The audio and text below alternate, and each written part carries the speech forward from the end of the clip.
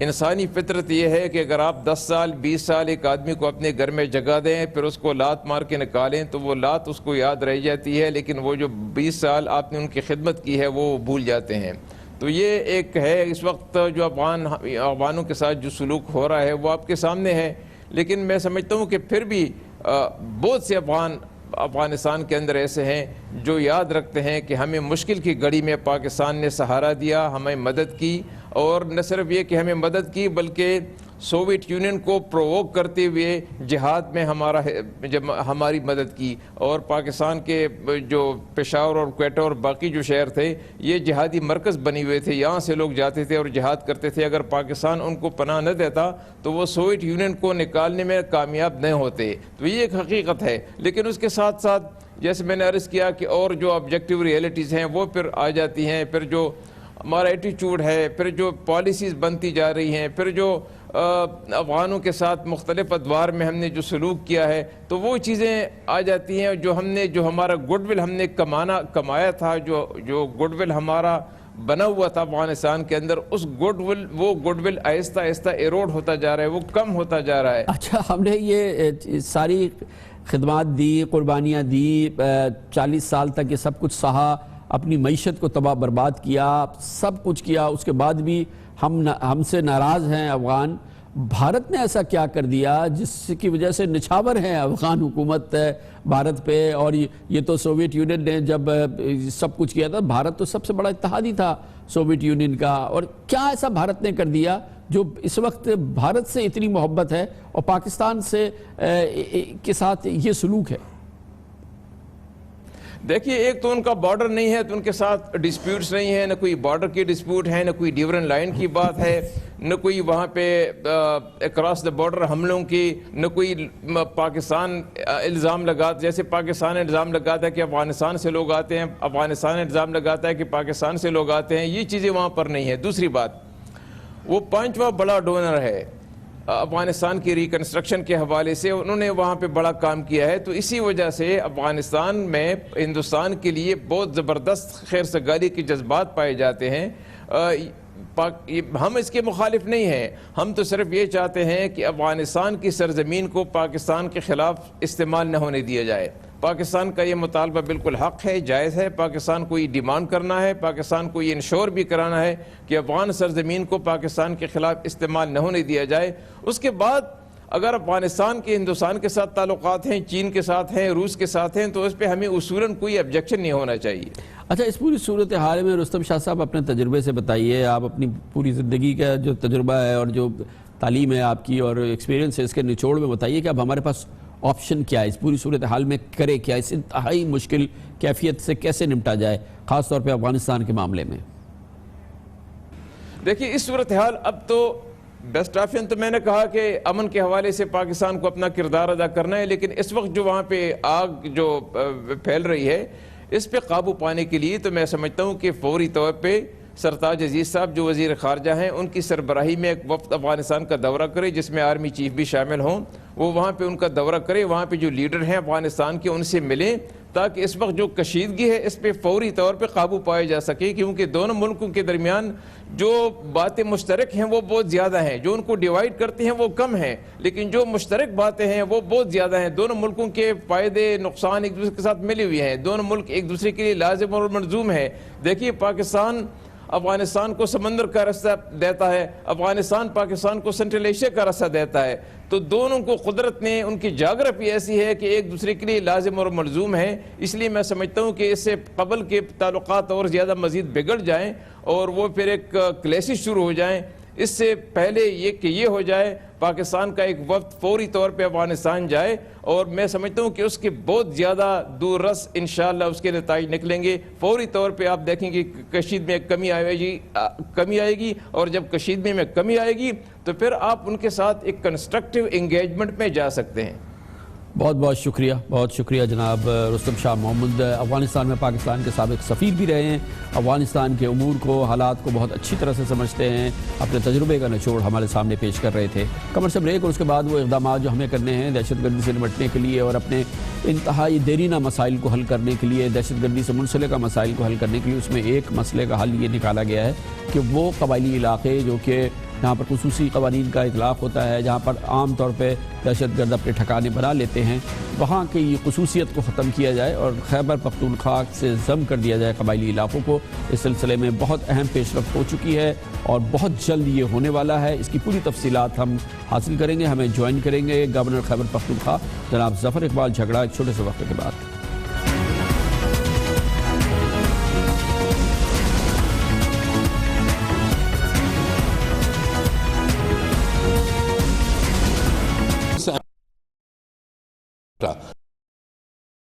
انہوں نے یہ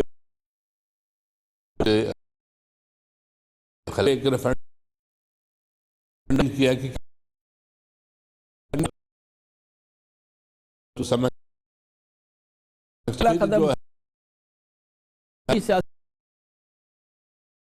کچھ آپ نے کہا اب کیا سلسلے میں نیکسٹ جو ہوگی انشاءاللہ اس میں اس کو پٹ اپ کریں گے، کیونکہ جیسے آپ کو معلوم ہے لاسٹ کیبنٹ میٹنگ سے اس کو آؤٹ کیا گیا تھا، لہٰذا اب جو نیکسٹ کیبنٹ میٹنگ آ رہی ہے اس میں it is expected to be on the agenda اور ہوپ فلی اس میں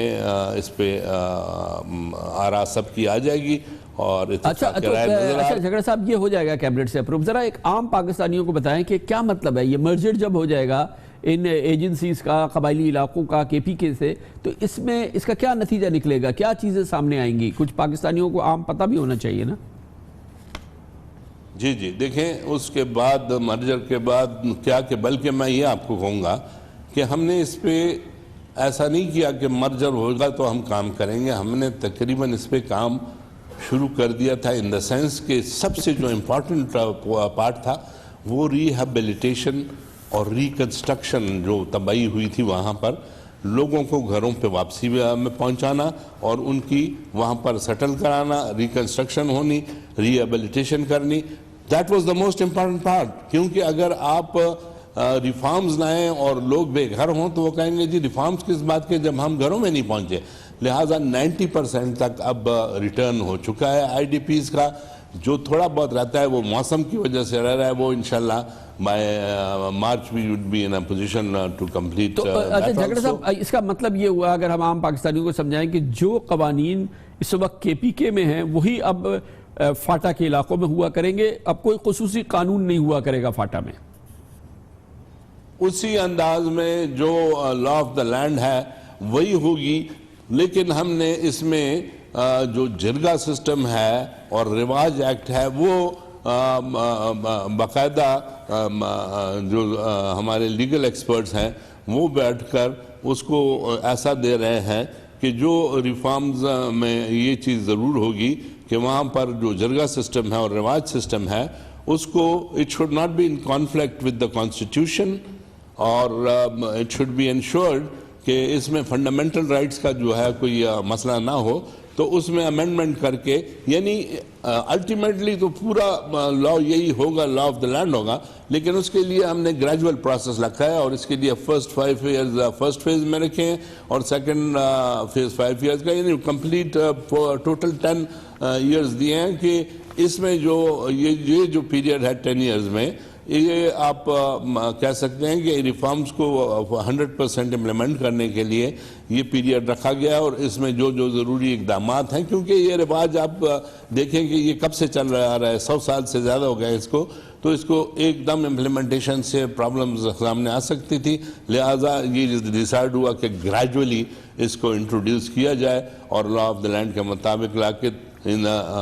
ٹرائبل ایریاز کو مین اسٹریم میں لایا جائے۔ بہت بہت شکریہ جناب اقبال ظفر جھگڑا، گورنر خیبر پختونخوا ہمارے ساتھ تھے۔ کمر سے بریک اور اس کے بعد ذکر کریں گے عام تاثر یہ ہے، تمام دنیا کے مسلمانوں سے پوچھیں تو وہ ٹرمپ کو کہیں گے کہ مسلمان دشمن اور امریکہ کی تاریخ کا سب سے سخت مسلمان دشمن صدر، لیکن کیا یہ آپ کے علم میں ہے کہ کلیدی اسلامی مملکتوں کے ساتھ زبردست تعلقات ہیں ڈونلڈ ٹرمپ کے، ایک دوسرے کے انتہائی قریب ہے، حتیٰ کہ CIA کے تعلقات بھی انتہائی اہم عرب ممالک سعودی عرب وغیرہ کے ساتھ بہت زیادہ کلوز ہو گئے ہیں، بلکہ بہت زیادہ قریب آ گئے ہیں۔ جی ہاں، بہت امپورٹنٹ خبر ہے، آپ کے ساتھ شیئر کرتے ہیں چھوٹے سے وقفے کے بعد۔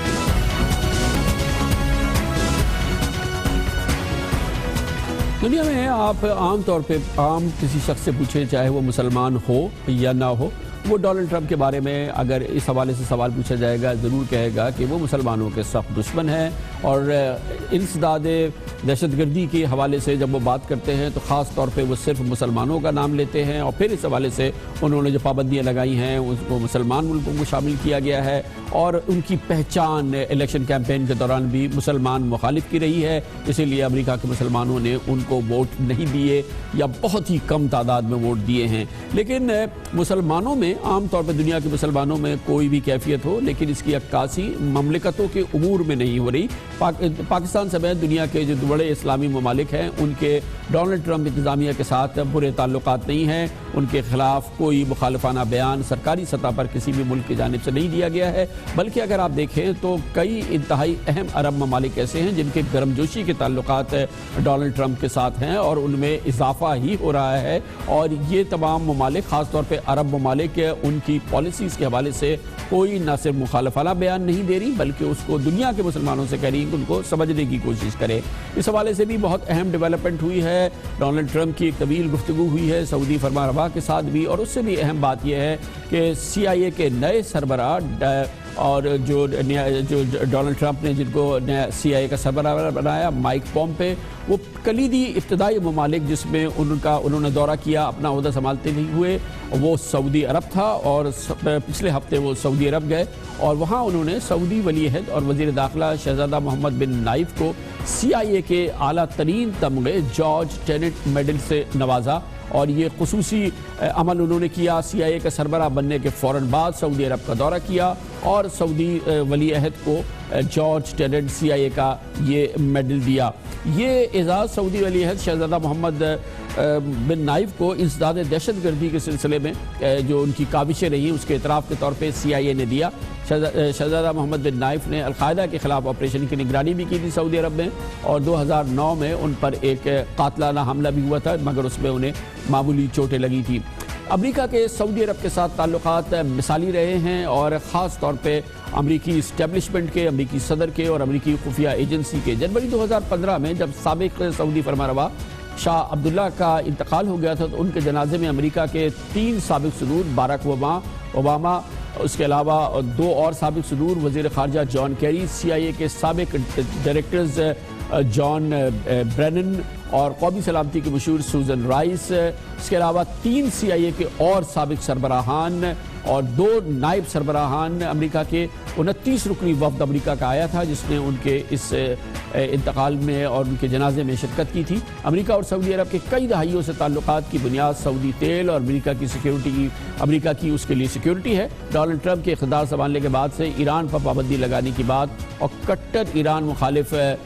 CIA کے سربراہ کا دورہ سعودی عرب، واشنگٹن اور سعودی عرب کے درمیان بہتر تعلقات کی ایک نئی ابتدا لگتی ہے اور ایک نئی صورتحال نظر آتی ہے۔ دلچسپ صورتحال ہے کہ مسلمانوں کے بارے میں ڈونلڈ ٹرمپ کے کوئی بھی تعلقات ہوں یا عام مسلمانوں کے ڈونلڈ ٹرمپ کے بارے میں کوئی تعلقات، کیسے بھی تعلقات ہوں، مسلمان مملکتوں کے تعلقات ڈونلڈ ٹرمپ کے ساتھ پہلے سے بھی کہیں زیادہ بہتر ہو گئے ہیں۔ اس پر مزید بات کرتے ہیں، ہمیں جوائن کیا ہے انٹیلیجنس امور اور مشرق وسطیٰ کے امور کے ماہر کامران بخاری نے، جو ہمارے ساتھ امریکہ سے موجود ہیں۔ کس بات کی نشاندہی کرتا ہے یہ CIA کے چیف بخاری صاحب جنہوں نے جیسے ہی عہدہ سنبھالا وہ سعودی عرب گئے اور پھر کراؤن پرنس کو سعودی عرب کو CIA کا سب سے بڑا میڈل دیا، کیا سگنیفائی کرتا ہے یہ؟ دیکھیں، یہ جو میڈل دیا گیا ہے یہ ایک بڑا دیرینہ تعلق ہے کراؤن پرنس محمد بن نائف کا واشنگٹن کے ساتھ۔ یاد رہے کہ کراؤن پرنس بننے سے پہلے وہ انٹیریئر منسٹر بھی تھے، اور انٹیریئر منسٹر بننے سے پہلے اپنے والد کے نیچے وہ deputy minister for counter terrorism affairs تھے، اور انہوں نے امریکہ کے ساتھ مل کے کاؤنٹر ٹیررزم کے اوپر بہت زیادہ کام کیا ہے،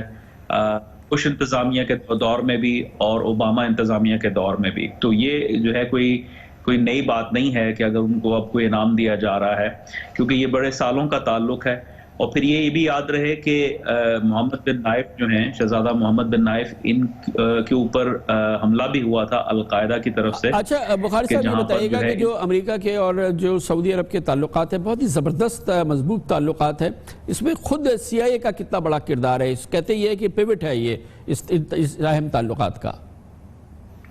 دیکھیں کاؤنٹر ٹیررزم میں تو ان کا بہت گہرا تعلق ہے. جنرل انٹیلیجنس جو پریزیڈنسی ہے، جو سعودی عرب کی انٹیلیجنس ایجنسی ہے، اس نے امریکہ کی CIA کے ساتھ اور براڈر جو امریکی انٹیلیجنس کمیونٹی ہے جس میں 17 ایجنسیز ہیں، ان کے ساتھ بہت گہرے لیول پہ کام کیا ہے، انٹیلیجنس شیئرنگ کی ہے، مل کر انہوں نے دہشت گردوں کو پکڑا ہے. کاؤنٹرنگ وائلنٹ ایکسٹریمزم کے اوپر بھی بہت زیادہ جو ہے انفارمیشن شیئرنگ ہوئی ہے. تو یہ میں نہیں سمجھتا کہ یہ کوئی غیر معمولی بات ہے. جو حالات تھے، پھر جو سعودی عرب کی جو سلفی ایڈیالوجی کا اوور لیپ ہے، پہلے القاعدہ اور پھر اب داعش کی جو ہے ایڈیالوجی کے ساتھ، تو اس وجہ سے سعودی عرب کے ساتھ تعلقات جو ہیں وہ بڑے کلوز رہے ہیں. لیکن یہ ہے کہ امریکہ کے پوائنٹ آف ویو سے بیلنس آف پاور کرنے کی بھی ضرورت ہے. بہت بہت شکریہ جناب کامران بخاری ہمارے ساتھ ہیں. اس کے ساتھ ہی ہمارے آج کے پروگرام کا اختتام ہوتا ہے. کل آپ سے پھر ملاقات ہوگی انشاءاللہ. کل تک کے لیے کامران خان کو اجازت. اللہ حافظ ناصر.